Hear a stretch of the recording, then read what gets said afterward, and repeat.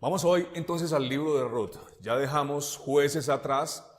Vamos a introducirnos en la historia de la redención. Cuando pensemos en Ruth, pensemos en una luz gloriosa que nos va a mostrar el plan redentivo de nuestro Dios, de nuestro Señor. Esta es una historia de amor, la historia de amor entre un hombre y una mujer, Ruth, Booz, la historia de la amistad y del cariño de Noemí con su suegra. Pero también, y lo más importante, y lo que se esconde detrás, lo que es importante para nosotros, el amor de Dios por su pueblo. El amor de Dios manifestado en una moabita, una extranjera advenediza, adoradora de ídolos, es arrancada de esa tierra que se traga a sus moradores, Moab, la tierra de fornicación, y es traída a Belén, la tierra de pan, donde esa mujer es adoptada en un pueblo, el pueblo del pacto. Eso nos va a relatar esta historia.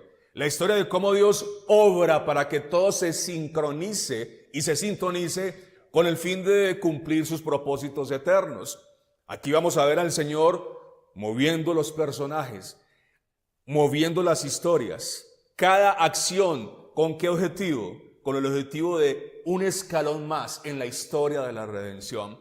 Vamos a mirar entonces esta historia y a obtener y a sacar de aquí los temas teológicos, la esencia del libro y sobre todo, cómo se aplica este libro a nuestras vidas. Sobre todo, la práctica, cómo en nuestra práctica espiritual este libro nos va a ayudar. Entonces, Ruth, la historia de la redención ilustrada, un destello luminoso de la redención, el amor redentor de Dios. Y aquí ya ven ustedes dónde va a estar el énfasis en la redención. Ahora, entonces, vamos a empezar a hablar de este libro y hagámoslo a partir de un contexto general inicialmente, antes de entrar a tocar temas teológicos y prácticos. El contexto general, no voy a ser muy detallista en esto porque ustedes ya conocen el libro, simplemente voy a hacer un recorderis. Entonces, este libro se ubica ¿en qué contexto? En el contexto de la época de los jueces, una época donde cada quien hacía lo que bien le parecía, como nos lo expuso el hermano. Y esta historia es una luz, es un rayo de luz en una época muy oscura. Eso es lo que va a representar el libro de Ruth. Y en esta época oscura, dice el relato bíblico que hubo hambre. Bueno, muchas veces Dios envió hambre a su pueblo para disciplinarlo, para castigarlo. Y esa es una oportunidad entonces en la época de los jueces, antes de entrar a la época de la monarquía, donde Dios castiga a su pueblo y envía hambre. Había hambre en esta tierra, la tierra de Belén. Belén significa casa de pan. Y es muy triste que en la casa de pan no haya pan. Pero eso estaba pasando. Y dice la historia que un hombre de esta generación, llamado Elimelech, decide salir de esta tierra.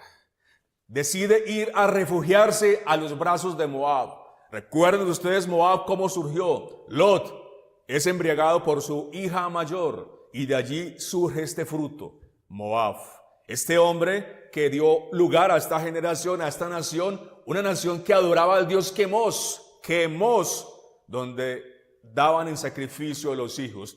Una religión pagana, una ciudad, un pueblo pagano, enemigo de Israel. Y hacia allá decide dirigirse Elimelech en un caso de desobediencia, un caso que él pagaría con creces porque él iría a Moab a morir. Y no solamente él iba a morir, también iban a morir sus dos hijos. Así que entonces Elimelech se traslada hacia Moab después de que se desata la hambruna allí en la tierra de pan. En este exilio autoimpuesto entonces muere este hombre, sus dos hijos se casan con dos mujeres moabitas, Ruth y Orfa, y cuando transcurre un tiempo también mueren estos muchachos, estos varones, quedando solo Noemí y sus dos nueras. Allí en la tierra de Moab habitan aproximadamente unos 10 años, dice el relato bíblico, unos 10 años, una década, hasta que Noemí escucha que ya hay pan en la tierra de Belén. Ya el Señor les ha dado lluvias, ya el Señor ha fructificado aquellos campos. Entonces Noemí decide regresar y estas dos mujeres, Ruth y Orfa, estas moabitas extranjeras, pues la acompañan hasta cierta distancia. Dice entonces el relato que Noemí intenta desestimular a las dos nueras. Bueno, les explica que ella ya no tiene hijos para darles, que ella ya es muy vieja, que se regresen a su ciudad, a su pueblo, para que allí puedan casarse, para que allí puedan tener hijos. Ella ya no puede ofrecerles esperanza en cuanto a esta cuestión muy importante en aquella época, la de tener descendencia. Bueno, la historia nos dice, el relato, que Orfa, que significa terca, ella decide devolverse a sus ídolos, ella decide devolverse a su pueblo, y Orfa no se menciona más. Orfa se mencionó hasta ahí, y ya la historia pierde el registro de este nombre. Orfa perdió la oportunidad. Orfa, la terca, no quiso seguir a Noemí. Escuchó la voz que le decía, es mejor que vayas y busques esposo para que tengas hijos. Para ella fue más importante eso. Pero Ruth no pasó igual. Ruth, que significa amistad, Ruth consideró que era mucho más importante que el casarse, mucho más importante que el tener hijos, era ese amor que tenía por su suegra. Ruth, en Ruth 1, 16 y 17, ustedes encuentran esas palabras sublimes que retumban hasta nuestros días. Donde tú vayas, iré yo. Tu pueblo será mi pueblo. Tu Dios será mi Dios. Donde tú mueras, yo quiero morir allá. Donde te entierren, allí quiero ser enterrada. Esta es una declaración gloriosa, impresionante, que nos muestra la verdadera conversión. ¿Por qué? Porque el cristiano hoy dice exactamente lo mismo. Señor, llévame a donde tú quieras llevarme. Tu pueblo es mi pueblo. Ahora, sigamos con el panorama general. Cuando Noemí llega, entonces, no viene sola, ya sabemos, viene con Ruth. Llega en una época muy importante, el comienzo de la cosecha.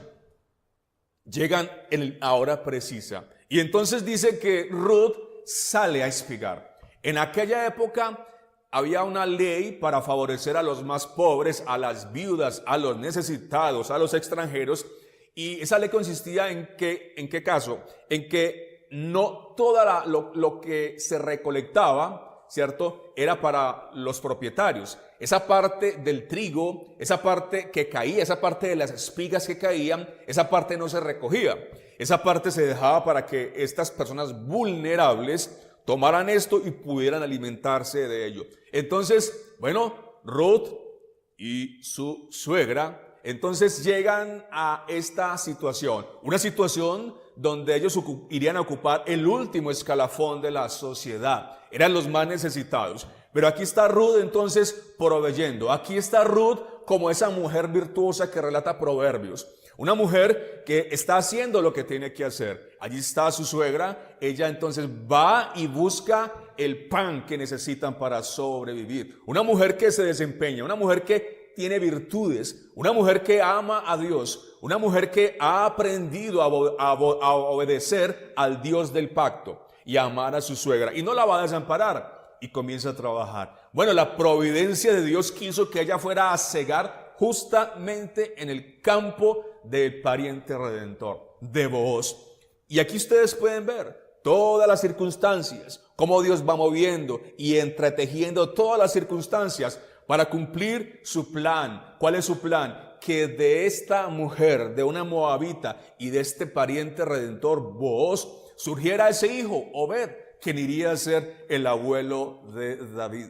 Aquí tenemos entonces la historia de la bisabuela de David, de nuestra Ruth. Entonces, allí está, ella va a cegar justamente al campo de Booz. Dice el relato bíblico que Booz, casualmente, ¿no?, entre comillas, porque aquí no hay casualidades, va a hacer un seguimiento allí a su terreno. Y a esa parcela donde va a mirar, a supervisar, allí estaba justamente Ruth. Y cuando él la ve, pues llama su atención e inmediatamente halla gracia delante de los ojos de este hombre, Booz. Desde aquí, Booz ya no le quitó la mirada, ya la tuvo aquí entre ceja y ceja, llamó mucho su atención. Era una mujer especial, definitivamente, Ruth.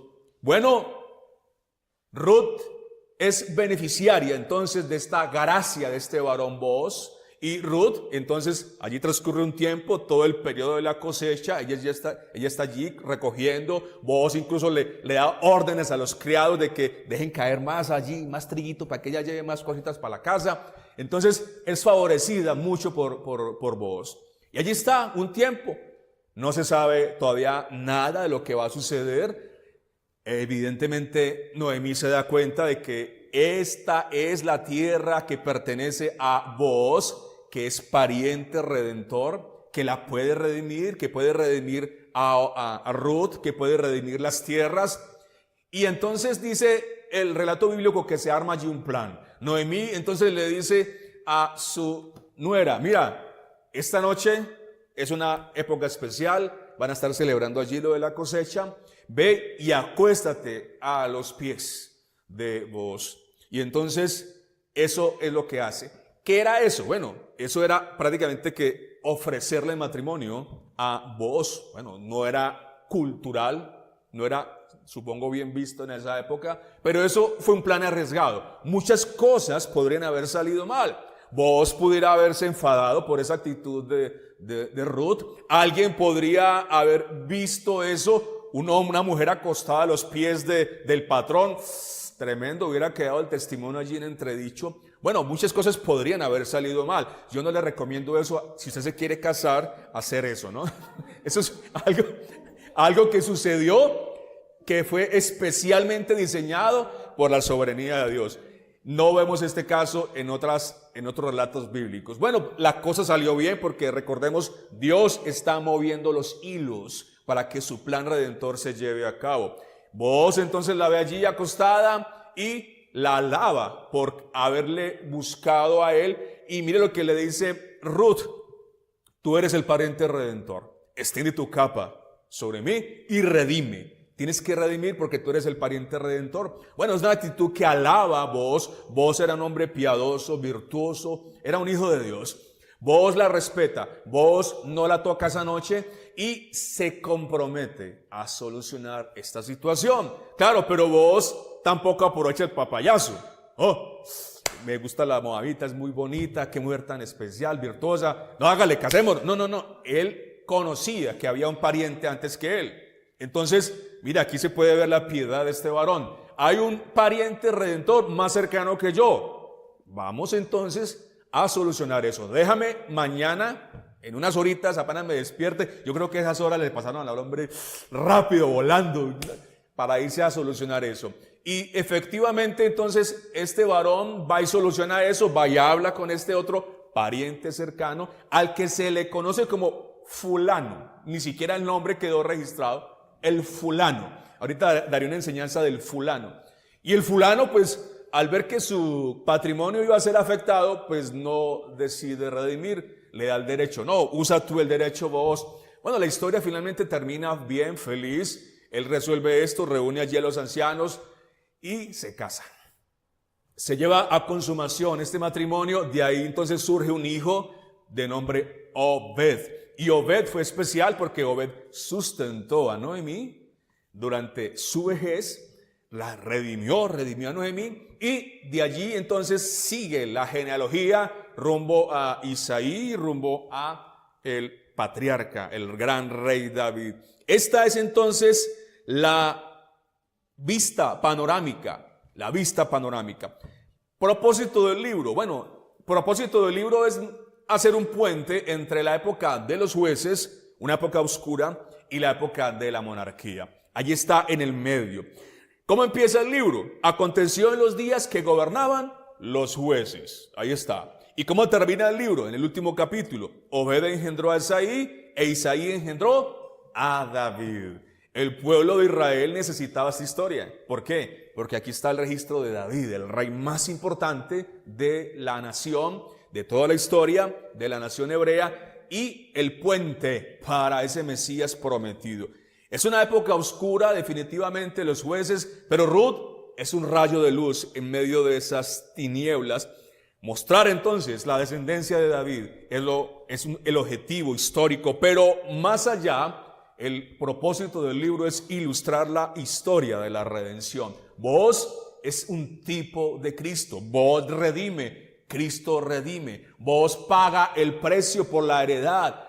¿Qué hace nuestro Señor? Paga el precio, no con oro, no con plata, sino con su vida, con su sangre de valor infinito. Redime, en este caso a Ruth, que somos nosotros, somos la iglesia que ha sido comprada por nuestro bendito Cristo.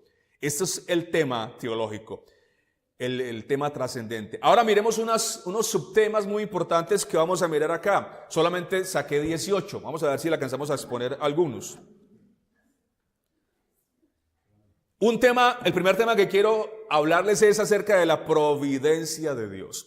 La providencia de Dios. Recuerden que la providencia de Dios son las actuaciones de Dios en soberanía, en poder, para articular los elementos de la historia con el fin de él glorificarse y con el fin de él cumplir todos sus propósitos. Y en el desarrollo de esta historia, todos los elementos son coordinados para que cada acción que llevan los personajes se vaya cumpliendo ese propósito. La visita de Ruth allí esa noche, donde este varón, el propósito de Dios, que este pariente, el fulano, no quisiera redimir, el propósito de Dios. ¿Qué tal que este fulano diga, bueno, listo, redimo, me caso, hágale? Bueno, no podía ser, tenía que ser vos.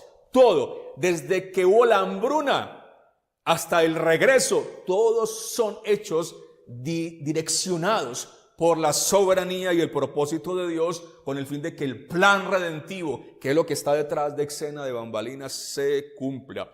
Y en esta escena y en este suceso de hechos de la redención, si miramos la redención como una gran escalera, aquí tenemos un escalón, el escalón en la historia de Ruth, muy importante, muy importante. La providencia entonces dirige los pasos de esos personajes y dirige los pasos de nuestra vida. No sé, hermano, si estás en hambre, no sé si ya regresaste de esa hambre, sea como sea, estamos en un escalón de nuestra vida donde el Señor nos está conduciendo a cumplir su voluntad en cada uno de nosotros. Así que no sé qué estés experimentando, no sé la prueba, no sé el hambre que estés pasando, pero sea lo que sea, la soledad, de pronto la amargura, así como esta Noemí, llamadme Mara porque estoy amargada, no sé qué circunstancia, pero sea lo que sea, Dios está moviendo los hilos conductivos para llevarte al lugar donde Él quiere llevarte precisamente. La providencia de Dios se ve en esta historia en muchos lugares. Solamente relataré uno, Ruth 2:3. Fue pues, y llegando espigó en el campo en pos de los segadores, y aconteció que aquella parte del campo era de Booz, el cual era de la familia de Elimelech.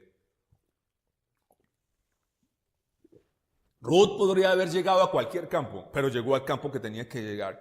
Así Dios nos llevará al lugar que tenemos que ir. Ahora, Dios entonces utiliza la circunstancia del hambre, la muerte de estos personajes, las circunstancias más duras para cumplir su cometido. ¿Cuál era? Traer a esta moabita, a esta extranjera, a la tierra de Belén, a la tierra de Judá. ¿Por qué? Porque Ruth iba a ser parte de la genealogía de nuestro bendito Cristo. Y Ruth está representando el amor de Dios por el pueblo extranjero, por lo que no éramos del olivo natural, el olivo silvestre. Aquí cada uno representa una Ruth. Segundo tema teológico, la consolación y la restauración de Dios. Dios quita, ¿no? Dios pone. Dios da, Dios quita según sus planes, según su benevolencia y su gracia. Noemí se quedó sola, sin esposo, sin sus 2 hijos. Allí están sus nueras. Ella ni siquiera quiere que sus nueras vayan con ella. Noemí las despide, pero solamente una queda. Así que aquí está una mujer que llegó a llamarse Mara. Llamadme Mara, porque amargada me siento. Bueno, pero Dios no la dejó sola. Dios le dio a Ruth. Y recuerden las palabras de este coro femenino al final. Dios le dio a Ruth. Y Ruth vale más que 7 varones. Tremendo esa declaración. Ruth vale más que 7 varones. Para Noemí entonces Ruth es muy importante. Y Noemí sería el puente, el vínculo de la gracia y la misericordia de Dios para ese final bello, ese final en paz, esa final en protección que finalmente tiene Noemí. La consolación y la restauración de Dios. Ruth 4, 14 y 15. Y las mujeres decían a Noemí: Loado sea Jehová, que hizo que no te faltase hoy pariente, cuyo nombre será celebrado en Israel, el cual será restaurador de tu alma y sustentará tu vejez, pues tu nuera, que te ama, lo ha dado a luz, y ella es de más valor para ti que 7 hijos. Así que aquí está nuestro Señor.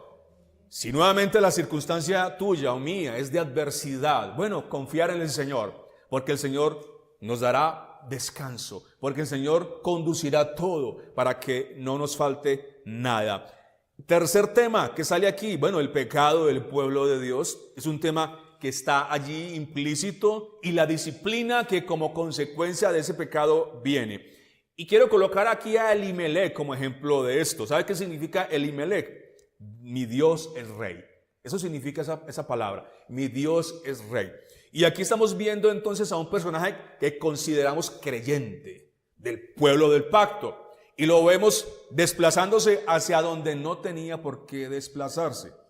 Yo me pregunto, ¿por qué vos, que también era pariente, que también tenía tierras, por qué vos no salió para Moab también? No, yo veo que vos se quedó. Elimelec, ¿por qué no hizo lo mismo?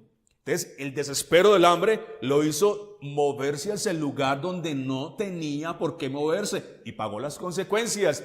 Dios disciplina a su pueblo. Hermano, hermana, ¿hacia dónde te estás moviendo hoy? ¿Estás yendo lejos de la voluntad de Dios? ¿Estás caminando hacia Moab, la tierra de fornicación? Tú no tienes nada que hacer allá. Quédate en Belén y espera en el Señor. Espera en el Señor. Si no confías en el Señor, si empiezas a desconfiar de su providencia y a tomar decisiones en tus propias fuerzas, bueno, la disciplina vendrá. ¿Y qué disciplina? La muerte vino para estos varones. Cuarto tema, la salvación de los gentiles. Bueno, Ruth nos representa. Ruth es una extranjera moabita sin esperanza y sin Dios en el mundo. Y aquí está representado el pueblo de Dios antes de ser redimido, o más bien antes de ser encontrado por el buen pastor. Dice Pablo, éramos extranjeros, éramos advenedizos, sin esperanza y sin Dios en el mundo. He aquí la extranjera, Ruth, la adoradora de Quemos, que es trasladada del reino de tinieblas al reino de luz. Moabita, extranjera, advenediza, eso somos nosotros, gentiles. Aquí estamos ahora llevados y conducidos por la mano del buen pastor hacia sus campos. Y ahora en sus campos nuestro Booz espiritual, Jesús, nos alimenta. Él ahora imprime su verdad en nuestros corazones. Él ahora nos sustenta con el pan del cielo. He ahí la salvación de los gentiles. Quinto tema, la redención. La redención es el tema más importante de este libro. Significa redención, liberar mediante el pago de un rescate. Eso significa redimir. Redimir, se paga un precio y se rescata lo que esté en problemas. Ruth 3:13. Pasa aquí la noche y cuando sea de día, si él te redimiere, ahí está la palabrita, si él te redimiere, bien, redímate. Mas si no te quisiere redimir, yo te redimiré, vive Jehová. Descansa pues hasta la mañana. Y Cristo quiso redimir. Desde el consejo eterno de redención, Él dijo, Padre, yo quiero. Padre, puedo hacerlo. Y claro que puede hacerlo, porque Él tiene el valor necesario para pagar por el rescate. Y ese rescate no es oro ni plata. Ese rescate es su sangre preciosa, es su vida de valor infinito. Y Él la entregó, Él la dio para que si has creído, hoy estés en los campos de pan, comiendo su verdad. La redención es el tema principal. Ahora quiero explicar algo de la historia para entender un poco esto de la redención. La ley del levirato. ¿Qué es la ley del levirato? Levirato es una palabra que traduce cuñado. Y ustedes se preguntarán, ¿y eso qué es? Bueno, vamos a mirar un poquito. La ley del levirato. La ley del levirato consistía en lo siguiente. Si un hombre moría sin dejar descendientes, entonces la viuda podía casarse con un hermano del difunto. De ahí lo de cuñado, ¿cierto? Levirato bien, significa cuñado. Entonces, en este caso, Ruth la moabita, bueno, quedó viuda. Malión era el marido. Entonces, había que buscarle un pariente que la redimiera. ¿Y en qué consistía esta redención? Bueno, fundamentalmente eran dos cosas. Las tierras que se habían perdido. Elimelec y los hijos tuvieron que vender las tierras, ¿ya? Y entonces había que recuperarlas. Esa era la primera parte de la redención, y eso fue exactamente lo que hizo Booz. Booz pagó el precio por las tierras que le pertenecían a esta familia, para recuperarlas, para traerlas de vuelta. Recuerden que el fulano, con F de Fabio, el fulano, cuando se le ofrece comprar la tierra, a él le gustó el negocito. Hágale pues, ya me le mido, bien, me gusta. Pero cuando se le dijo, pero espera, pero el paquete es completo, el paquete incluye a la moabita. Ya el hombre ahí la pensó y no, aquí sí me embalé. Esto va a dañar mi heredad, no, dejémoslo ahí. Entonces, esa redención, esa ley del levirato consistía en recuperar las tierras, pagar el precio por ello. Pero, creo más importante, casarse con esta mujer viuda y engendrarle un hijo. Y este hijo, entonces, iba a tener el apellido, digámoslo así, del difunto, del hermano o familiar muerto. Entonces iba a poder seguir el legado de la familia. El nombre de la familia no moría ahí, porque en este hijo, en este caso fue Obed, en este hijo que se tuviera, seguía la historia familiar. Era muy importante tener allí descendientes. Si no pasaba eso, esas tierras se hubieran perdido para siempre. Recuerden que en el jubileo esas tierras volvían a sus propietarios originales, pero si no habían descendientes, eso ya quedaba en poder de aquel que haya comprado esa tierra. Por eso le gustó el negocito al fulano.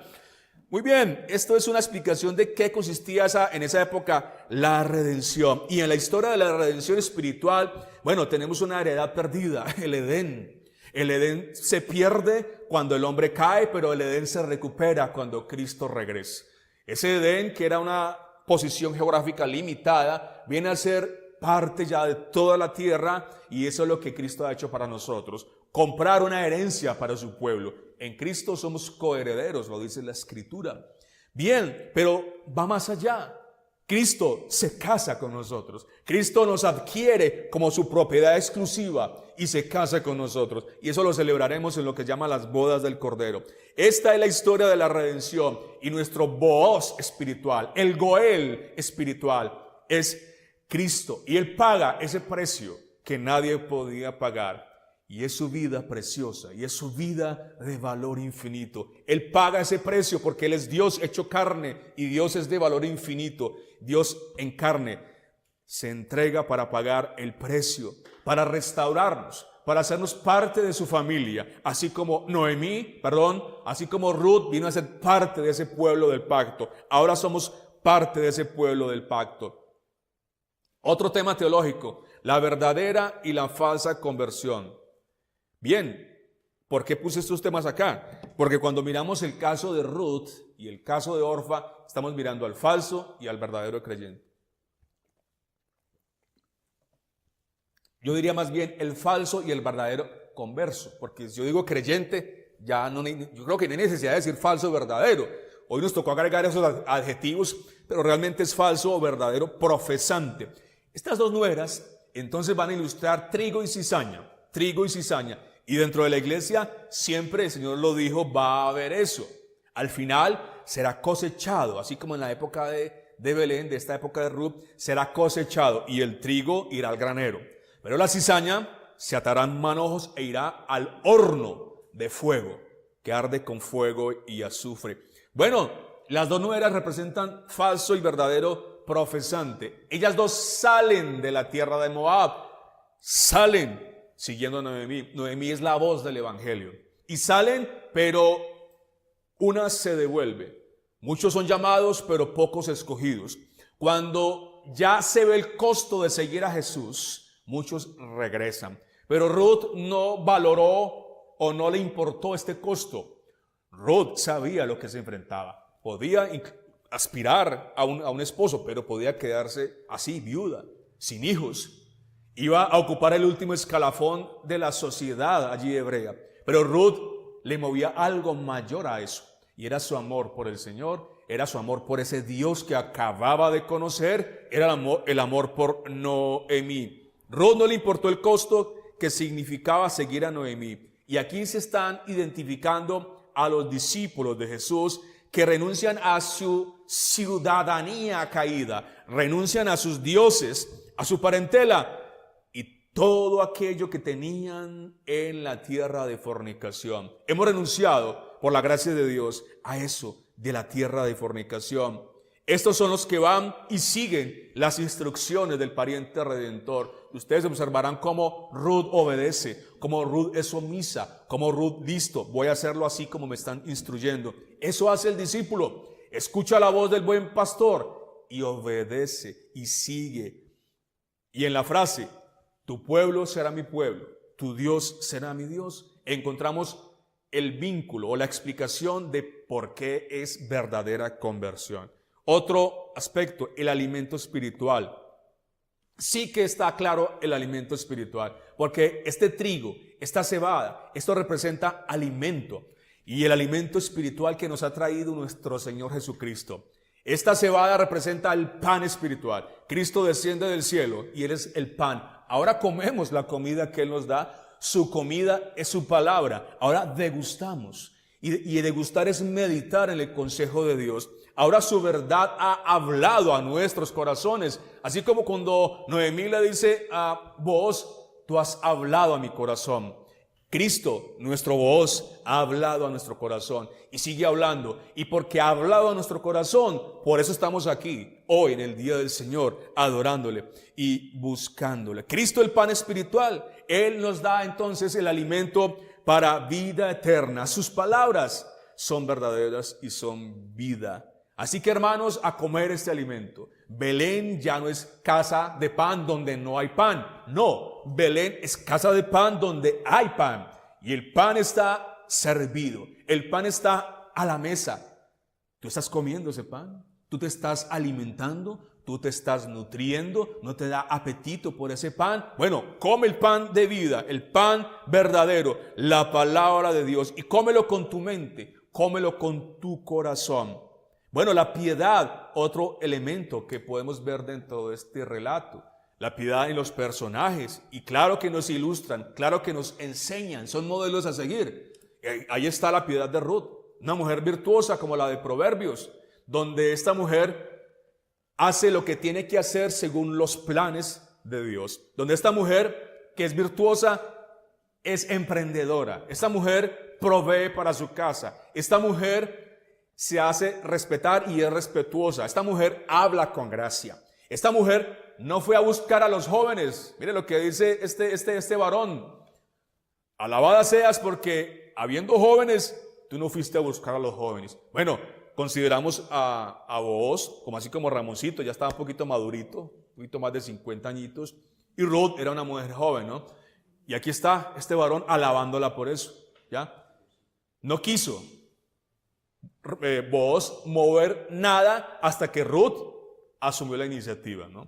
Tal vez la explicación sea el que él era un poquito madurito y no estaba de pronto bien que buscara a la moabita más joven, ¿no? Pero bueno, hasta que se dio la situación. La piedad también en Ruth, pero también la piedad en Booz. Mire esa piedad, una mujer acostada a sus pies toda la noche ahí, y no la tocó, la respetó. Un caballero, un hombre del Señor, un hombre que era reconocido por sus siervos como un buen patrón, como un hombre de Dios. Y aquí está un hombre del pueblo del pacto, cumpliendo sus funciones, obedeciendo la ley. Mire, va a redimir, claro que sí, es una responsabilidad. Soy el pariente redentor, voy a hacerlo. Además que me agrada mucho la moabita, aparte de todo. Pero está el asunto del pariente redentor más cercano. Él va a solucionar eso y él es diligente. Este varón diligentemente soluciona todo para que el plan redentivo se cumpla. Así que aquí está la piedad de Booz. La piedad no es otra cosa sino la verdad llevada a la práctica. La verdad experimentada por un estilo de vida particular. Bueno, y Noemí, aunque tuvo por allí un lapsus, un bache, digámoslo así, donde se le olvidó el amor de Dios, donde se le olvidó la esperanza de Dios, está amargada, llamadme Mara, Dios me ha afligido. Bueno, ahí tenía razón, Dios la afligió, pero se le perdió el foco de lo que era la esperanza de Dios. Y entonces hubiera dicho como este otro personaje, Job, Dios dio, Dios quitó. Bueno, no lo dijo, estaba amargada, pero bueno, Dios restaura esta mujer, Dios le devuelve la esperanza a esta mujer. Otro tema aquí que podemos mirar, la petición del pecador. Le llamé a este subtítulo, la petición del pecador. Cada subtítulo de estos da para un mensaje completo. Ruth 3:9. Ruth 3:9. Miren lo que dice el texto. Extiende el borde de tu capa sobre tu sierva. Extiende el borde de tu capa sobre tu sierva, por cuanto eres pariente cercano. Y aquí estamos representados nosotros. Cuando la gracia nos ha alcanzado, cuando el Espíritu hace su obra de regeneración, ¿qué dice la persona? Oh Cristo, extiende sobre mí tu capa de gracia. Tú eres nuestro pariente cercano. Y nuestro hermano mayor hizo exactamente eso.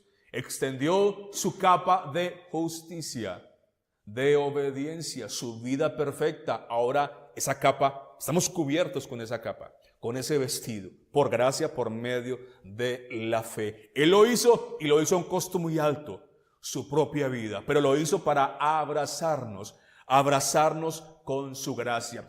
Esas palabras que Booz le dijera a la moabita: tú has venido aquí de un pueblo que no era tu pueblo a un pueblo que no conocías y has venido a refugiarte bajo las alas de Dios. Has venido a refugiarte bajo las alas de Dios. Y ahí la historia nuestra, si hemos creído. Hemos venido a estar dentro de la roca de nuestra salvación y a estar bajo cobertura y refugio de las alas de nuestro Dios. Otro tema, la búsqueda correcta. La búsqueda correcta. Ruth 3:18. Ruth 3:18. Entonces Noemí dijo: espérate. Haga énfasis ahí. Espérate, hija mía, hasta que sepas cómo se resuelve el asunto. Porque aquel hombre, hablando de vos, no descansará hasta que concluya el asunto hoy. El Señor resolverá la situación. No descansará hasta resolver la situación. Bueno, hermanos, no tomemos decisiones apresuradas. Esperemos en el Señor. Ya Noemí, ya Ruth hicieron lo que tenían que hacer. Ahora dejémosle a Booz que haga lo que él sabe y puede hacer. Así que Ruth tenía que descansar ya lo hizo lo que hizo. Ahora Booz se encargará. Promesas varias, pero no la voy a hablar porque el tiempo se me fue. Voy a hablar del fulano. Quiero un poquito hacer énfasis en el fulano. El fulano está en Ruth 4:1. Ruth 4:1. Booz subió a la puerta y se sentó allí. Y de aquí pasaba aquel pariente de quien Booz había hablado. Y le dijo: fulano, ven acá y siéntate. Bueno, este era el pariente más cercano, el que tenía la primera opción. Pero este desatendió su responsabilidad. Este se quedó atendiendo a las necesidades materiales. Tenía su mirada puesta en las cosas de abajo y no en las de arriba. He aquí un hombre del que no se vuelve a tener recordación, porque hasta ahí llegó el fulano. Ni siquiera el autor del libro quiso colocar su identidad, porque no quieren que lo recuerden, porque pasó al olvido. Este fulano desaprovechó la gran oportunidad de haber quedado en los registros redentivos. Pero este fulano se perdió en la historia, igual que Orfa, se perdieron en el registro histórico y no han figurado. Bueno, este fulano despreció la gran oportunidad, la oportunidad de trascender para la vida eterna. Así que no merece ser recordado más. Otro tema, Cristo nos sacia. Ruth 2:14. Y Booz le dijo a la hora de comer: ven aquí, come del pan y moja tu bocado en el vinagre. Y ella se sentó junto a los segadores.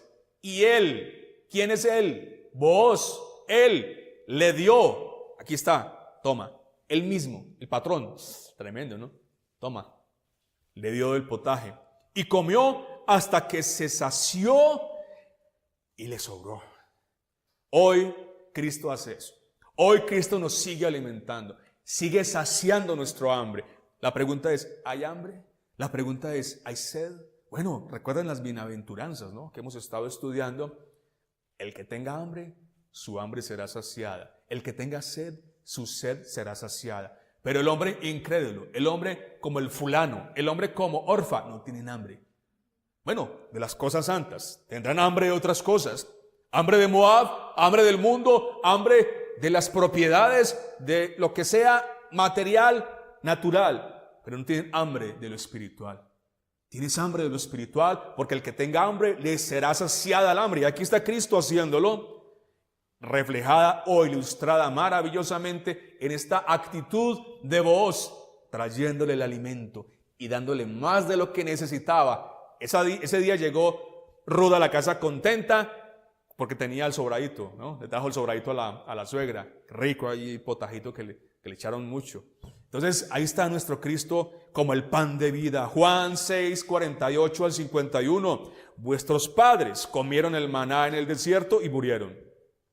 Este es el pan que desciende del cielo, para que el que de él come no muera. Yo soy el pan vivo que descendió del cielo. Si alguno comiere de este pan, vivirá para siempre. Y el pan que yo daré es mi carne, la cual yo daré por la vida del mundo. Y finalmente, tema 18, algunos pasé por encima, no me daba el tiempo. La obediencia del pueblo de Dios. La obediencia del pueblo de Dios. Un tema también que sale aquí a relucir. Ruth 3:5. Y ella respondió: haré todo lo que tú mandes. Haré algunas cosas. No. Todo lo que tú mandes. Ruth fue obediente y cosechó la recompensa. Hermanos, hay recompensas si obedecemos. Recompensas. Ahora no estoy pensando en un BMW, no. Recompensas espirituales. Hay recompensas, hermanos, si seguimos la voz del buen pastor. Humildad, mansedumbre, nuestro carácter transformado a la imagen de Cristo. Hay recompensas que la palabra que prediquemos el Señor se va a glorificar en ella. No son los lujos del mundo, es recibir a ese bendito Redentor, es recibir sus palabras de vida y vivir conforme a ello.